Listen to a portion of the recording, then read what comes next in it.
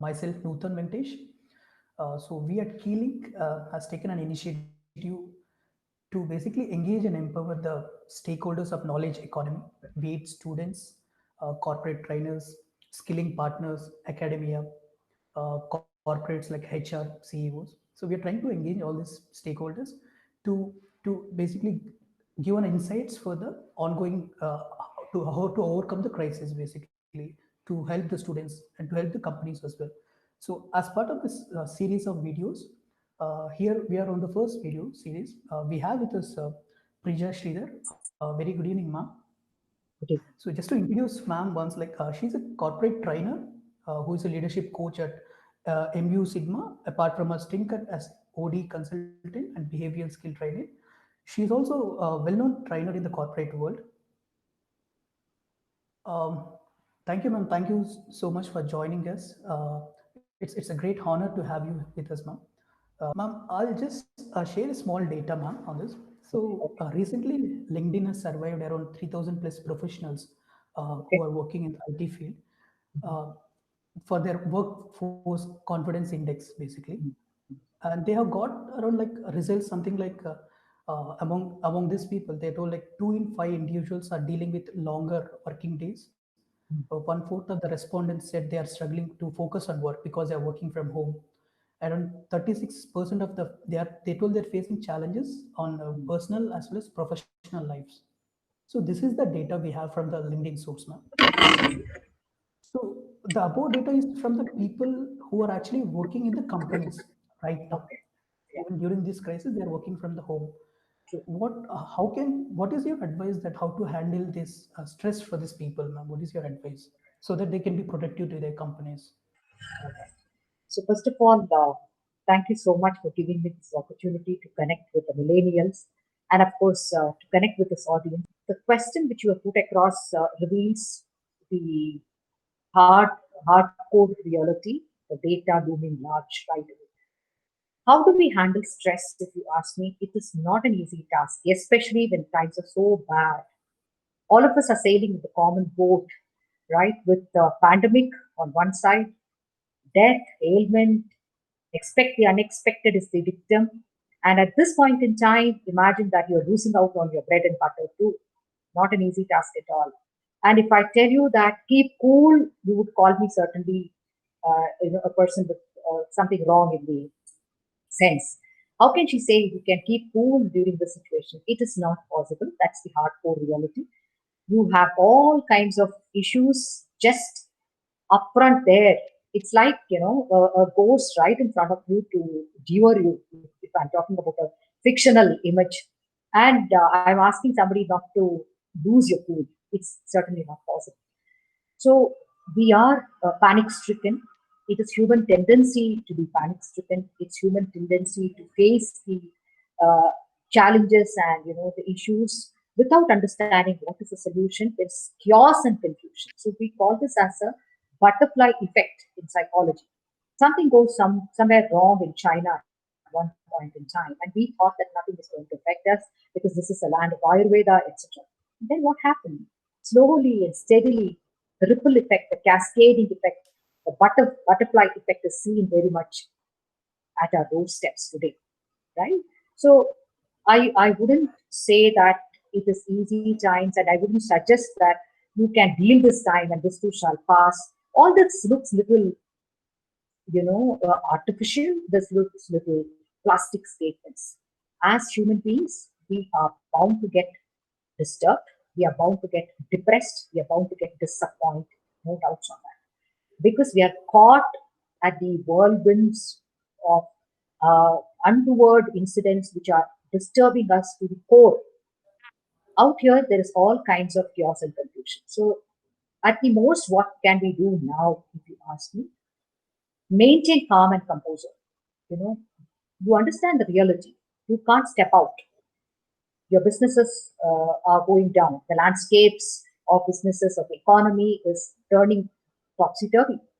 Okay. And we talk about driverless cars. We talk about surrogate robotics. My only question is then, why are we not able to get a solution for this COVID? Where is the medicine? Right? Not easy. So this is the truth, the stark reality again. Very much we are facing upfront. We were talking about at one point in time we said Homo sapiens are indispensable on this planet. We are everything. Now we are not able to get a solution for this, and day in and day out, so sorry to say that there are so many people who are succumbing to this particular ailment. The virus is becoming stronger day by day. So what is the solution? People are now saying that you build your immunity. We're not talking about vaccine. You build your immunity. Today it is virus, tomorrow it is a bacteria, day after would be an alien from some other planet.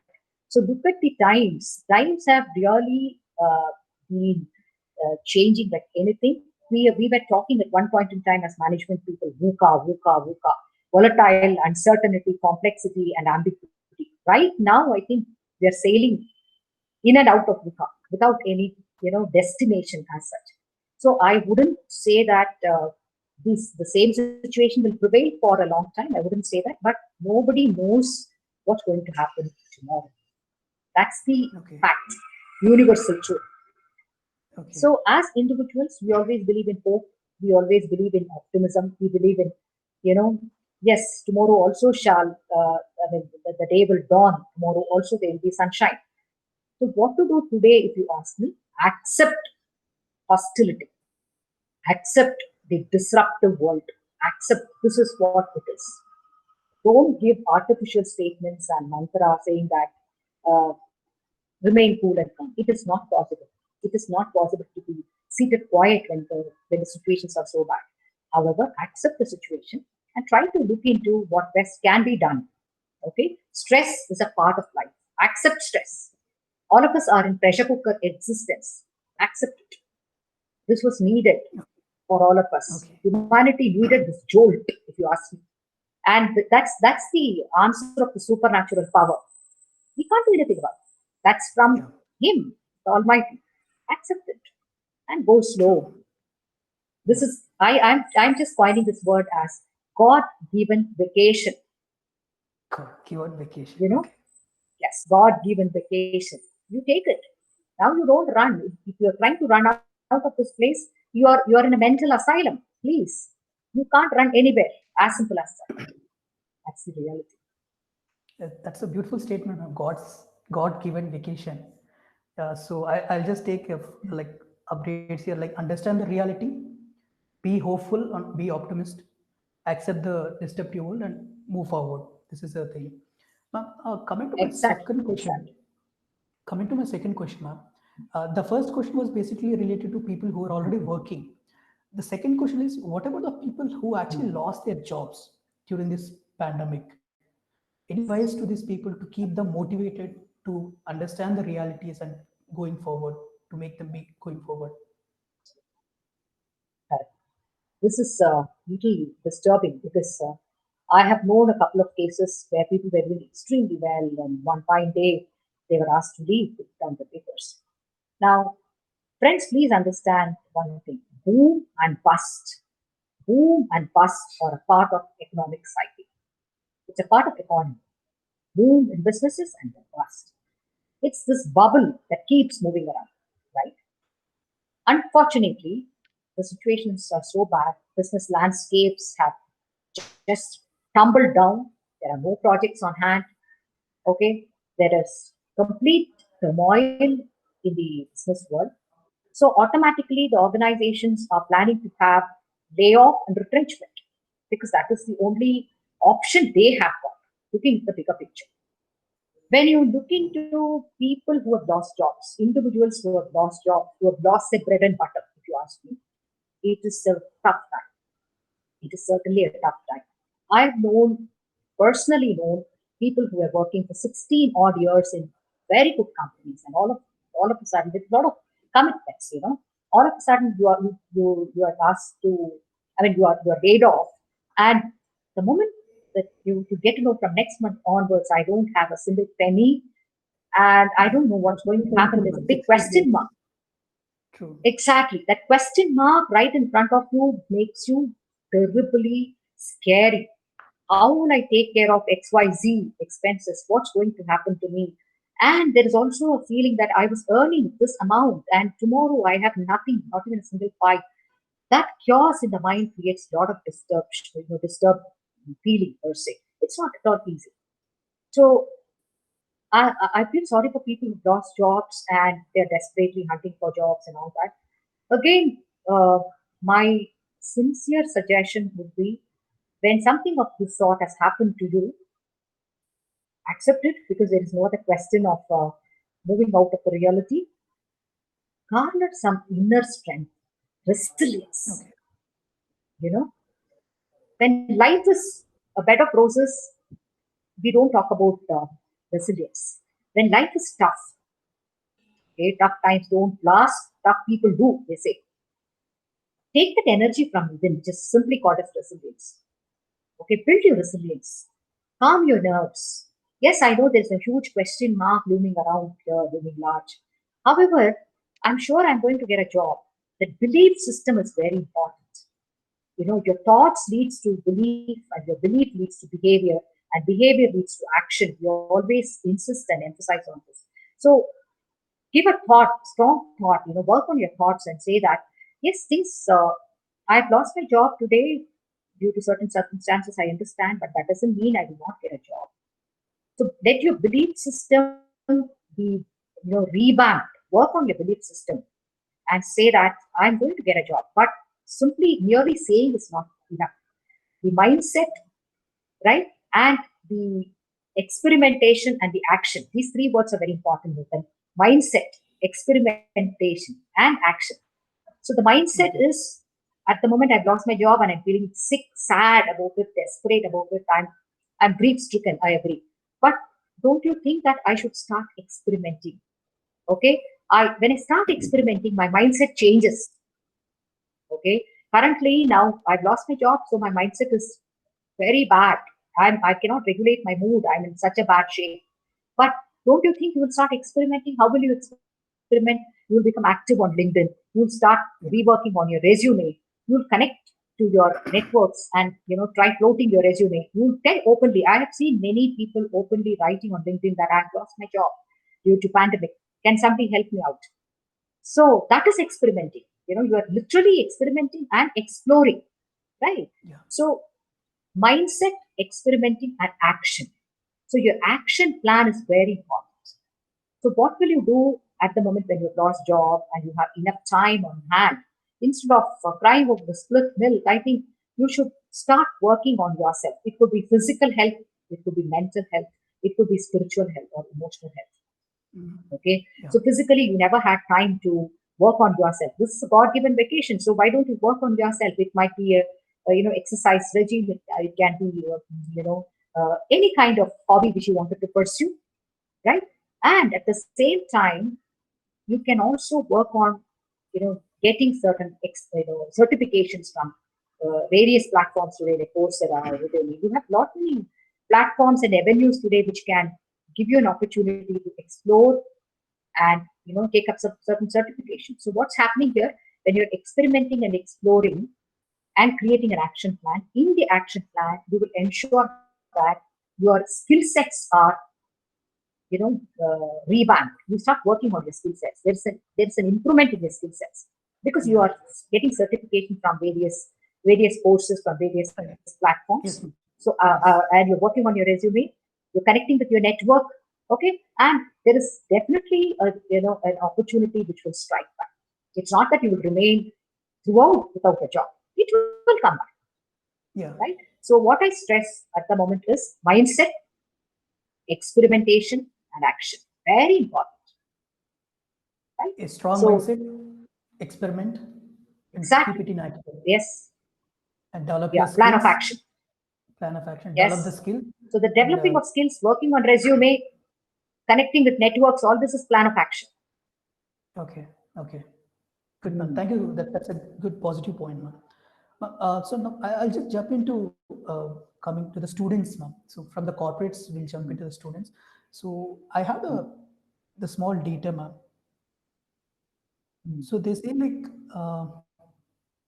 especially the students from the cities, like urban cities, So their colleges are actually focusing on improving the skills. They're telling them, okay, you do this course, you do that course. This is good. But when we go to the tier 2 and tier 3 cities, it's completely we lack that quality improvement there. Correct. I'll just give my live example. Ma'am. People who have completed their Correct. BTech, they were in small jobs. They came back to village because they lost the jobs. Now they are going to the very small jobs, like 5,000, 4,000. This one type of people which I observed while staying in my village. And second thing is even the people after doing their BTech or MBA, they're accepting very small jobs. So I think there is a lot of problem in the system actually. And what should be the role of government? What should be the role of parents especially? And what is the role of this? The students' mindset should be at this moment, ma'am. Yeah. Uh, I like that statement, Nathan, when you said, what do you think the parents should be doing? Because I don't want to talk anything about government. I have no control over it. I can only make statements, but I have no control over it. I can talk about parents and guest students. First of all, to be very blunt with you, parents, I'm not generalizing, but most of the parents today take a wrong decision of pushing their wards to, uh, one common stream, that is engineering or medicine. All these guys are pushed into, I don't want to name the schools, but if you emphasize, I can also name a couple of schools which are putting the children into a very tough times of churning them to become IIT products. Come on, tell me one thing. Do you think only IIT people are successful in life? What is this we are trying to do in the society? I don't understand. Why are parents so crazy about sending their children to schools which are hell bent on commercializing themselves by saying that you enroll your ward here and we will ensure that he will land up in the corridors of IITs. Yeah. I don't understand that as a parent, because children have different intellectual abilities. They have different intelligence, right? Now, why parents are consistently, continuously comparing their wards with their neighbors and their relatives? Your cousin has done B in computers, he is in US earning millions. Your neighbor, that girl was doing nothing. Look at her today. She is making a lot of money. She did B and in electronic engineering stream, and she's, yeah, let me tell you, this world is not filled with engineers, and don't think that engineers are the only people who are successful. When do you think this perceptual error will move out of parents' mind? I just want to ask. There are, Okay. I can tell you, that's a sad part in the system. Let us not blame the government and blame others. The blame game has to happen within us. I'm also a parent. I also have thought about the same thing, but I wouldn't. I can tell you openly on this platform, I have never ever pushed my wards to take anything which I want. Okay, it is up to you. You want to take this particular stream. If you feel you can do it, go ahead. If you can't, fine, you can opt for something. And Nuthan, this is my favorite question, because today the world is filled with opportunities which we never had in our generation. At the click of a button, everything is available, right? You have the best Yes, of the best educational system. You have the best of the best faculty teaching you. You have the best of the best pedagogy, methodology, research-oriented curriculum. The courses are beautifully designed, customized to the needs of the employers, right? You have so many opportunities. Why the hell do you push your wards to the streams which they are not interested? Please understand, if they're not interested, if they're really interested to, take up the kinds of IIT, you should encourage them, no doubts on that. If they're not interested, please don't make them the sacrificial lambs. This is the odd man out, very painful. So that's I a think as a strong parent, statement to parents. yeah, yes, as a parent, I'm trying to voice the concern. That's number one. Second, if you ask me, students, you can't blame the students because they have been put into a rote learning. They are pushed into a school where everything is memorizing. You memorize this formula, you reproduce it. You practice this question back, you'll get the same kind of questions. Now, where are you allowing the children to use their cognitive skills? And tomorrow you blame saying that they are not fit for a job. Who's responsible? teachers are responsible? Don't you think so? Education system is responsible. Don't you think so? I'm very much from a teaching fraternity, and I openly say that we are the ones who have destroyed the education system. When I say we, I'm so sorry to use that statement. When I say we, I'm not generalizing again, but I'm trying to tell you that input, processes, and output. Input, the kind of faculty you recruit. It might be teachers in the high schools, teachers in the primary schools. What kind of men and women are you recruiting for teaching? Do you think teaching is an easy task? You recruit anybody and you don't pay them well and you expect 100% result and you're running behind all the time. Yeah, our school got 100% result in mathematics and science and we have so many people ready for IIT and NEET exams. What are you up to here? I really don't understand that education system. I belong to the same education system, but we don't believe in this kind of pedagogy and methodology. All this has to start in the primary schools. So I'm reminded of Dr. Sarvapalli Radhakrishnan, who says, the kind of men and women you get for teaching should be one of the best. They cannot be compared with the infrastructure and technology. You should have best people who are passionate to teach, not anybody and everybody. I'm talking about middle schools, especially when the children are in the formative age. They don't know what is what. So you can't blame the kids. Okay, so whatever they are put into, whatever kind of system they are pushed into, naturally the input, processes, and output. So please don't blame the students saying that they are not ready for jobs. I think we are responsible for bringing out such kind of millennial generation. I am again not generalizing, but we find, I don't want any data, but I can tell you that 85% or more than 85% of the student community are pushed into rote learning. The remaining, independently, because of their capability and exposure, they develop themselves. We are not responsible for their improvement at all, if you ask. That's the hardcore reality. That's my opinion. Sure, ma'am. Sure. I think maybe this brings to us to rethink our education system as well. Maybe Absolutely. the parents actually should rethink about their child's education. But now the national education policy, the changed version might help. Yes, definitely might help. And I hope the government implements it well, ma'am. That's my opinion. Absolutely. Actually. That's true. Ma'am, coming to the data, ma'am, from the corporates to students, we're told like this is the data I got it from the newspapers. This is not the actual data. We don't know what is actually there. So this is like out of 1 million students of the 2020 batch of BTech and MBA students in India, around like 70,000 will be looking for 7 lakh will be looking for placements in this financial year. What advice would you give, especially for the rural background students, ma'am? So they don't have exact like good guidance, we can say. They don't have the mentorship that is actually which is available for city students. Some advice from your end, ma'am, as a trainer, as a professor, basically. Okay. Yeah. Yes. So you are right. Students in the rural and Mofussil areas are not at all getting what they deserve. In terms of education, in terms of placements, in terms of even the knowledge, if you ask. So what can we do about it? Maybe I'm not sure. However, I'm thinking that if there is some kind of revamping in the educational setup where the government schools are given more prominence, you recruit highly qualified teachers who are being given a very good salary and people who are passionate to teach. If you bring a change in the overall teaching learning model, teaching and learning, these two are most important. Yes, teaching and learning. So it comes from teaching. The teachers have to be the right people to deliver the best to the children who are in the formative years and who are not being exposed to anything because they are all from simple backgrounds, rural setup and things like that.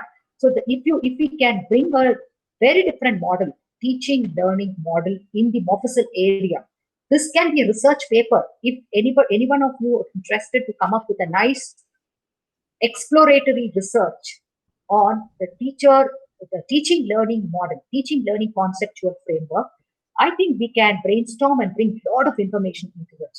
So number one would be revamping the educational setup in the Mofussil areas of India, where you take care of basic infrastructures of the school. We have seen schools which don't have toilets. And imagine, Kids are still going to school.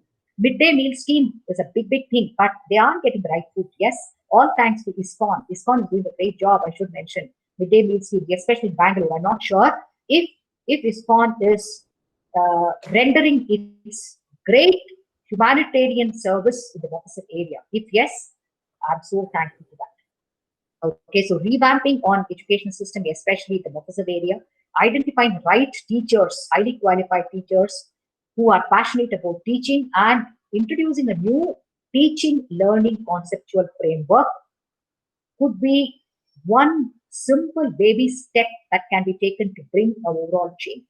However, these changes can be incorporated only if the government revamps its policy and thinks about, long-term plans for the future citizens of this country, our students, our youth. Uh, Secondly, what I personally believe is, see, there are many philanthropists, who invest a lot of money, especially on NGOs, children education, girl child, and all that. Why can't this philanthropist adapt one or two schools in the opposite area and take the complete charge of running the school? It's not that you adopt a school and give it to the management. So the management is a third party which comes in and then, makes a complete change in the system, which where again there is a lot of, untoward changes.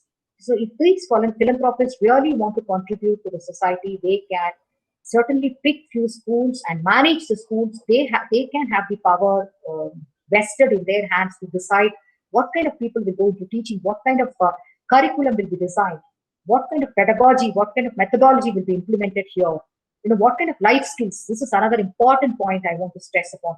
Life skills are very important for children, especially in the school, high school, middle schools, the formative years, in the growing period. Because see, as parents, we have taught them only the success formula.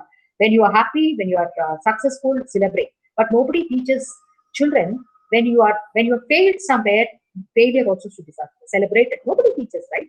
The moment you say failure, you have to shun failure. You can't. You have failed. It is too much for you to fail.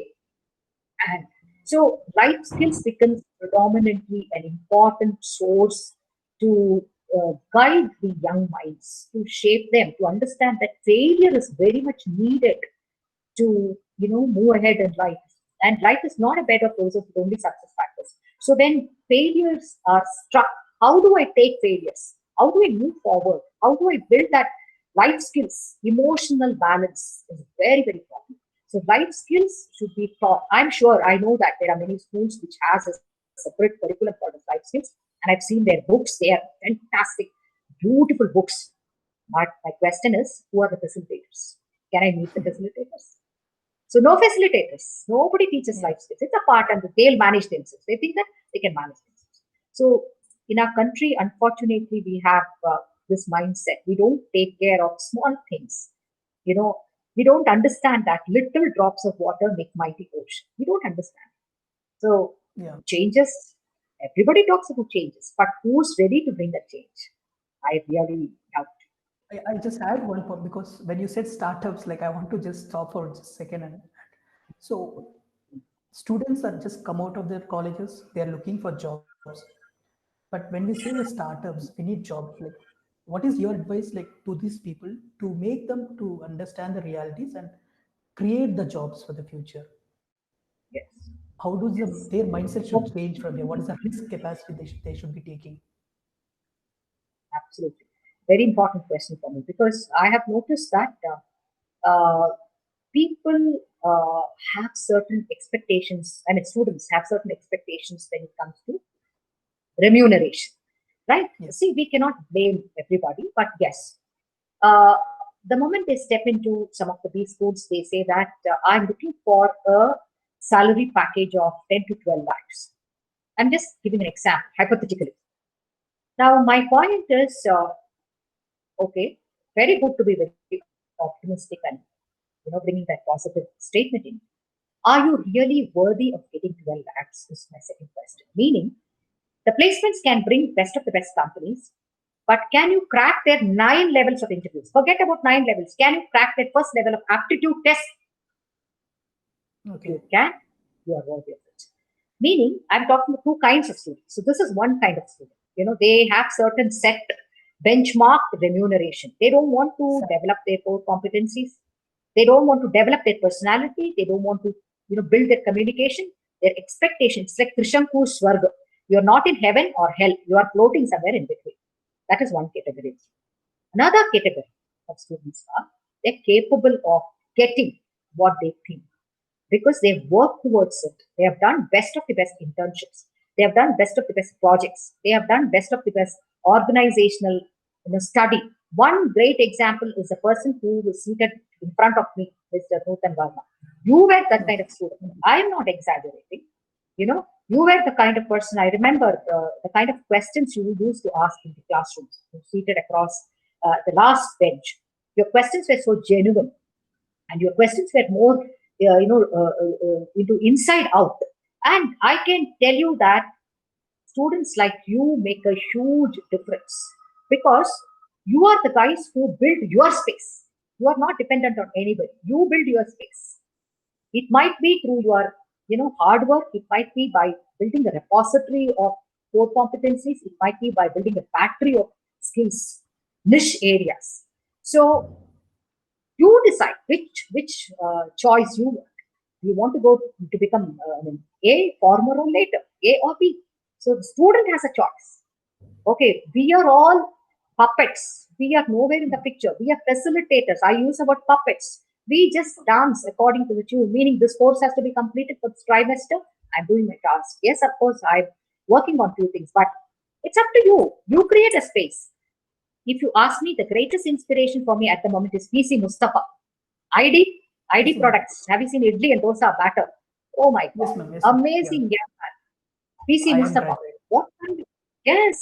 What kind of background he comes from, and look at the space arena he has created for himself. One of the best entrepreneur at this century. Okay, the greatest inspiration for millennial generation. He comes from a scratch, built his destiny, a failure, complete failure. He failed in his high schools. He passed later on with distinction. He was so poor in his studies. And of course, his teacher was the one who inspired him to come back to the class, though he was a failure. He said, no problem, you failed in 9th standard, please come back, no problem. And he became an IIM alumnus. Today, he is a leading name in entrepreneurship. I'm really inspired. So that lies in your hands. That's not destiny. Yeah? Don't say it is destiny and fate. Locus of control. We use this word in organization psychology. Locus of control, if it's internal, you can become a leader. Locus of control is external. You will blame placements, you will blame institute, you will blame your parents, you will blame your teachers. You will be into blame game. So the decision and choice is yours. Thank you so much for joining us, ma'am, for the first session. We'll look forward for more of your inspiring thoughts in the coming sessions, ma'am. Thank you so much, ma'am. Have a great day. Thank you so much. Sarve Jana Sukhino Bhavantu. Bye, ma'am.